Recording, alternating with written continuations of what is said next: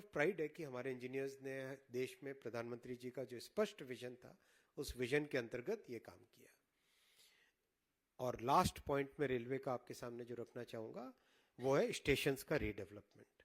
आप सबने देखे हैं स्टेशन के फोटोग्राफ्स किस तरह से काम चल रहा है। अभी as we speak about 270 stations पे एक साथ काम चल रहा है। अभी 270 स्टेशंस पे, 272 एक्चुअल नंबर, 270 स्टेशंस पे काम चल रहा है तेजी से।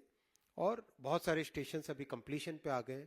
आज मैं सुबह ही देख रहा था बहुत जल्दी उधना स्टेशन का कंप्लीशन होने को आया, और भी कई सारे स्टेशन है, करीब करीब 18 के आसपास स्टेशन कंप्लीशन की स्टेज पे आ गए। तो एक तरीके से पैसेंजर्स के लिए एक टोटली नया मोदी जी ने रेलवे का एक नया स्वरूप दिया है। और ये बहुत ज़रूरी था कि ये ट्रांसफॉर्मेशन हो, क्योंकि 140 करोड़ की जनसंख्या को अगर हम अच्छी फैसिलिटी से ट्रैवल कराना चाहते हैं तो उसमें बहुत ज़रूरी है कि रेलवे ट्रांसफॉर्म हो। आज करीब रेलवे में 800 करोड़ लोग साल के ट्रैवल करते हैं, 800 करोड़। आप कहोगे 800 करोड़ कैसे हुआ, जनसंख्या 140 है। तो कोई व्यक्ति अगर एक से ज़्यादा बार ट्रैवल करता है तो उसको ट्रिप यानी पैसेंजर ट्रिप जिसको कैलकुलेट टेक्निकल टर्म में कहते हैं, वो पैसेंजर ट्रिप्स हुई 800 करोड़। और 250 करोड़ के आसपास, 250 करोड़ के आसपास रोड से पैसेंजर ट्रिप्स बनती हैं, और 30 करोड़ के आसपास एयरलाइन से बनती हैं। तो इतनी बड़ी जनसंख्या हमारी, और मिडिल क्लास और लोअर इनकम बहुत टोटली उनके लिए रेलवे सबसे बड़ा साधन है। तो इसी भावना के साथ, इसी सेवा की भावना के साथ रेलवे का ओवरऑल मोदी जी ने पिछले 9 वर्षों में ट्रांसफॉर्मेशन किया है।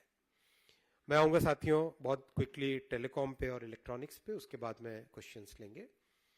टेलीकॉम में आप अगर याद करो 9 साल पहले एक तरीके से सेक्टर ऐसा था जिस सेक्टर में केवल स्कैम और करप्शन और एक ऐसी परिस्थितियां हो गई थी कि लोग उसमें सेक्टर से बाहर निकलने की पोजीशन में आ गए थे। आज टेलीकॉम सेक्टर एक vibrant, growing, innovation driven sector की तरह उभर के आया है। Lowest cost of data, lowest cost of voice, most affordable telecom industry in the world कहा गया है ITU की रिपोर्ट्स में। ITU इंटरनेशनल टेलीकम्युनिकेशन यूनियन, आप जानते हैं जो वर्ल्ड की सबसे बड़ी टेलीकॉम संस्था है, यूनाइटेड नेशंस की है, ये UN की है। उसने अपने सर्वेज में कहा है कि India is the most affordable telecom sector in the world. Indian telecom sector is the most affordable sector in the world. उसका प्रभाव कितना पड़ा? उसका प्रभाव सबसे बड़ा पड़ा कि टेक्नोलॉजी डेमोक्रेटाइज हुई। टेक्नोलॉजी केवल कुछ middle income, upper middle income के हाथ में नहीं रही। टेक्नोलॉजी की access lower income, last person in the society, poorest person in the society के हाथ में भी आज टेलीकॉम की लो कॉस्ट के कारण और अफोर्डेबिलिटी के कारण और एक्सेस के कारण एक टेक्नोलॉजी पे पहुंच बनी। ये बहुत ज़रूरी था और इसमें कई तरह के स्टेप्स लिए गए, बहुत बड़े बड़े रिफॉर्म्स किए गए, बहुत तेजी से टेक्नोलॉजी डेवलपमेंट पे फोकस किया गया, इंडस्ट्री को एक हेल्दी कंपटीशन वाली पोजीशन में लेके आया गया। कई तरह के इनिशिएटिव्स के कारण ये संभव हो पाया। और BSNL, जिसको एक हेल्दी कंपनी को UPA गवर्नमेंट ने प्रैक्टिकली एकदम फिनिश होने वाली कगार पे लाके छोड़ा था 2014 में, उस पोजीशन से आज मोदी जी के इन 9 वर्षों में जो BSNL को सपोर्ट दिया, एक चट्टान की तरह खड़े रहे। PM साहब एकदम क्लियर, एकदम चट्टान की तरह खड़े रहे BSNL को सपोर्ट करने के लिए। और आज उसका रिजल्ट मैं आपको बताता हूं। BSNL ने इस साल करीब 1,500 करोड़ का ऑपरेटिंग प्रॉफिट किया है। 1,500 करोड़ के आसपास अभी फाइनल अकाउंट्स अभी होंगे, तब आपको एक्यूरेट नंबर्स दिए जाएंगे। लेकिन 1,000 करोड़ से ऊपर ऑपरेटिंग प्रॉफिट में आना, ये एक बहुत बड़ा चेंज है, मैसिव चेंज है। उसके कंपेरेबल अगर हम बात करें तो करीब 2 लाख ग्राम पंचायतों में फाइबर को पहुंचाना, ऑप्टिकल फाइबर पहुंचाना। हर महीने बीएसएनएल अभी दे रहा है 1.5 लाख नए कनेक्शन फाइबर के, और उसका जो इम्पैक्ट आ रहा है, अभी हाल ही में छत्तीसगढ़ से एक परिवार का वीडियो आया था मेरे पास में कि वो व्यक्ति एक बड़ी बिग 4 फर्म में से एक बड़ी फर्म के लिए एक नौजवान काम कर रहा है, छत्तीसगढ़ में बैठे हुए काम कर रहा है।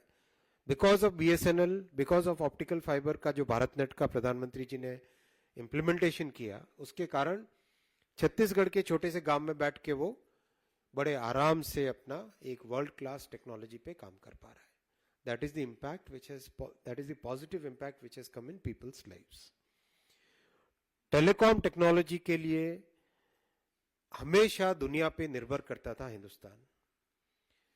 आज ये परिस्थिति आई है पिछले 9 वर्षों के आत्मनिर्भर भारत के और मेक इन इंडिया के पॉलिसीज के कारण आज दुनिया के रिचेस्ट, सबसे समृद्ध देशों में हिंदुस्तान की टेक्नोलॉजी एक्सपोर्ट हो रही है।